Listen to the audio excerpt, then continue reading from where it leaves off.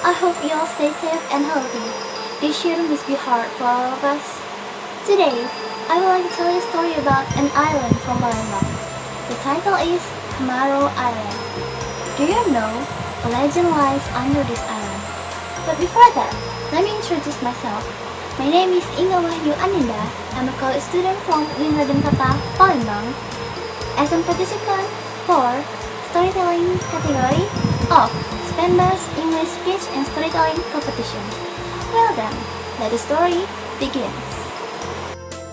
Once upon a time, there was a kingdom in the area of South Sumatra led by a king. The king had a very beautiful daughter named Siti Fatimah. Besides her beauty, the princess was also well known for her kindness and good manners. Many young men had fallen in love with her. However, they dared not to approach her. Do you know why? Because the king wanted his daughter to marry a rich man only.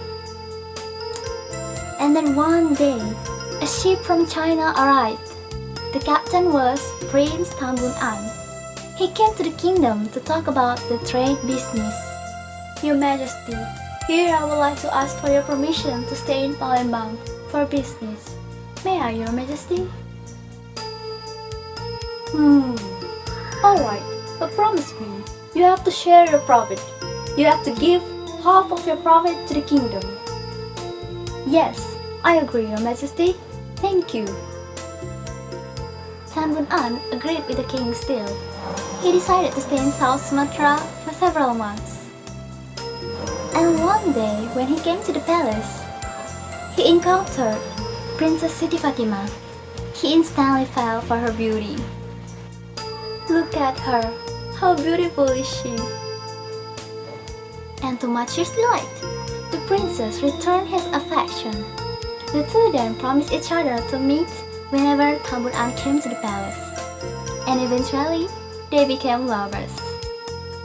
After a few months, Tan Bun An decided to propose marriage to Siti Fatimah.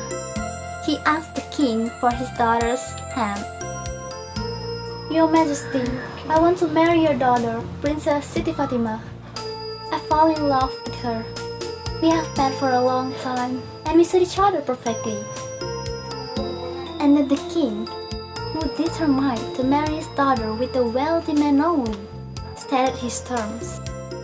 You may marry her if you pay me the bride price.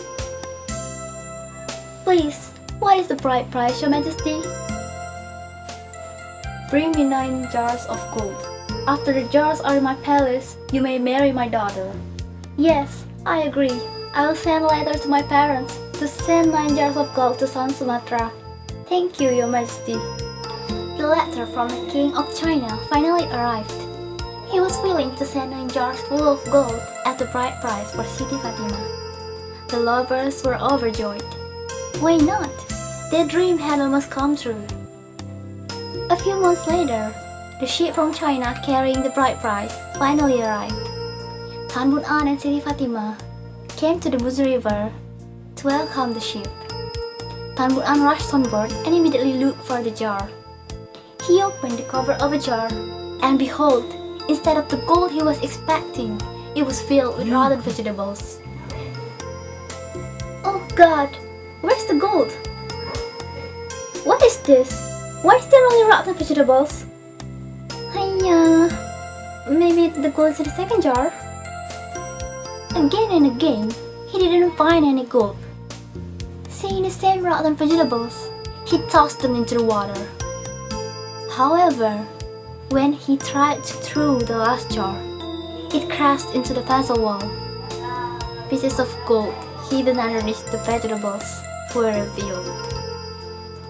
It turns out his parents intentionally put the rotten vegetables to cover the gold to hide them from the parents. Realizing his mistakes, Tan Bun An immediately jumped to the water to retrieve the jars.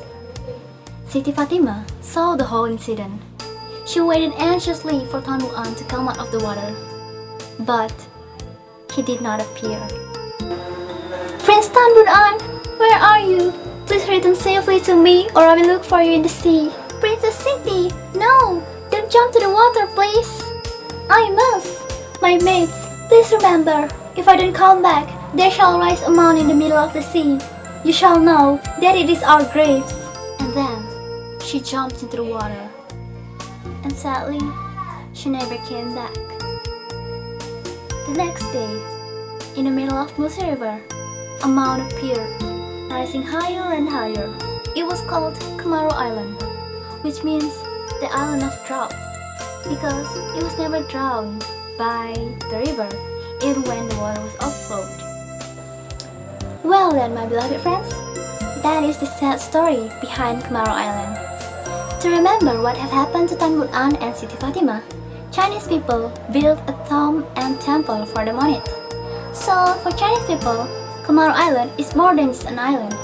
It's also a place for worshipping and pilgrimage. And what we have learned from the story is, rushing for something never ends well. What parents do usually has a meaning, and therefore, we have to be careful in understanding it. I think that's all I can share with you today. Thank you for coming by and watch this video. I hope you enjoyed. Don't forget to stay healthy. A new year is coming, and I hope we can enjoy it without no more coronavirus surrounding us. Wassalamualaikum warahmatullahi wabarakatuh.